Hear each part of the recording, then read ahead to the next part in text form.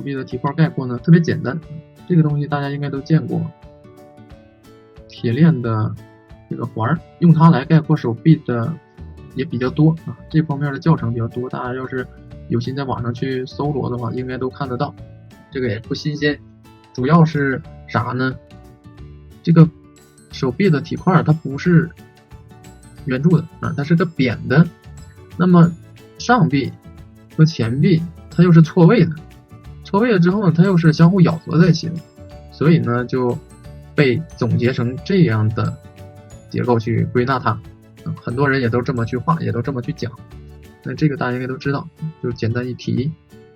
那我想概括成这样啊，我不想太规矩的造型，因为太规矩的造型呢不太符合自然特征。上面宽，下面窄，然后中间呢更扁一些，前面圆一点。通过这张图大家能看得出来我现在画的是哪个角度吗？上面宽，下面窄，这个什么呢？是肱三头肌肌腹比较宽啊，肌腱比较窄。然后呢外侧看，也就是后面宽前面窄呢，就是后和前，这是外侧，这就是上臂。从后边的角度去看，第三角肌。在这里有一个偏方块的一个小结构，是无鹰嘴。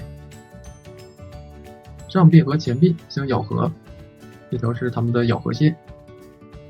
外侧肯定是对应着拇指的一侧，拇指的一侧呢，这个最凸点是高的，内侧凸点是低的，有这样的一个特征。画到这里，大家知道大拇指在哪边吗？大拇指不在这边，大拇指在这边。大概几句话，能够看得懂，能够明白这个意思就可以了，不画的太详细。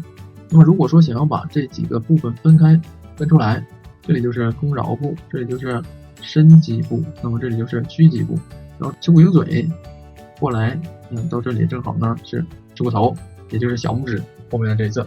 就只要把这些关系都对应上了，前臂和手的各个关系对应上了，那这个结构就对了，就出来了啊，就是这么简单。